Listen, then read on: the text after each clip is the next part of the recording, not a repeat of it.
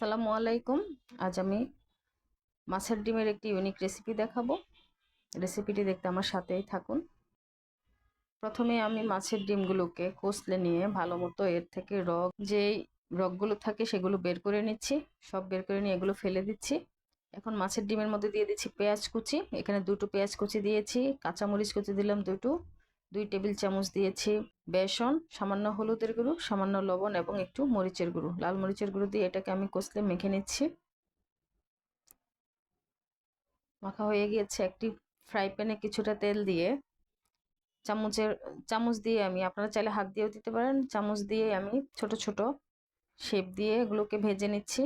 যারা ভিডিওটি দেখছেন প্লিজ ভিডিওটিতে একটি লাইক দিয়ে দেবেন এবং আমার চ্যানেলটিকে সাবস্ক্রাইব করে দেবেন। যারা নতুন আমার চ্যানেলটি সাবস্ক্রাইব করেছেন আপনাদের সকলকে অসংখ্য ধন্যবাদ। ফেসবুক পেজ থেকে দেখে থাকলে আমার পেজটিকে ফলো করে দেবেন। এখন আমি এগুলোকে তুলে নিচ্ছি। একইভাবে বাকি যেটুকু আছে সেটাকেও আমি ভেজে নেব। এরপর আলাদা একটি প্যানে আমি কিছুটা তেল দিয়ে পেঁয়াজ কুচি দিয়ে ভেজে নিয়েছি। পেঁয়াজটা ভাজা হওয়ার পর এর মধ্যে দিয়ে দিচ্ছি একটি টমেটো কুচি। টমেটোটাকেও আমি ভালো মতো ভেজে নিচ্ছি। এরপর দিয়ে দিলাম হাফ চামচ আদা বাটা, 2 চা চামচ পেঁয়াজ বাটা এবং হাফ চামচ রসুন বাটা। এটাকেও খুব ভালো মতো ভেজে নিচ্ছি। দিয়ে দিচ্ছি সামান্য হলুদের গুঁড়ো, 1.5 চামচ লাল মরিচের গুঁড়ো, হাফ চামচ জিরার গুঁড়ো। এটাকে খুব ভালো মতো কষিয়ে নিচ্ছি। একটু পানি দিয়ে কষিয়ে নিব।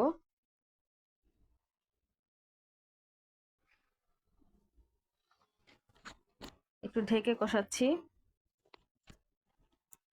আমার কষানোটা হয়ে গেছে। দেখেন উপরে কতটা তেল বের হয়ে আসছে। এখন এর মধ্যে আমি যে ভেজে নেওয়া বড়াগুলো করেছিলাম মাছের ডিমের, সেগুলো এর মধ্যে দিয়ে দিচ্ছি।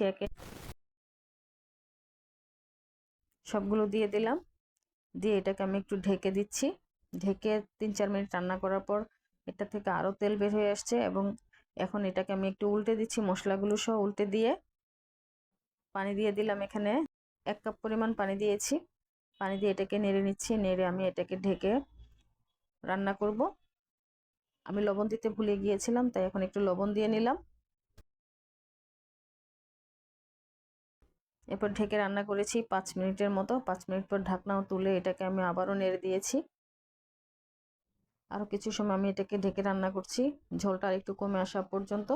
আমার রান্না শেষ হয়ে গেছে। এখন এটাকে আমি ভাতের সাথে খাওয়ার জন্য পরিবেশন করছি।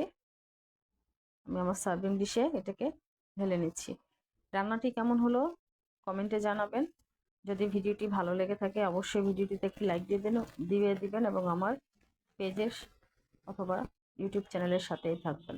ধন্যবাদ সবাইকে আমার সাথে থেকে ভিডিওটি দেখার জন্য।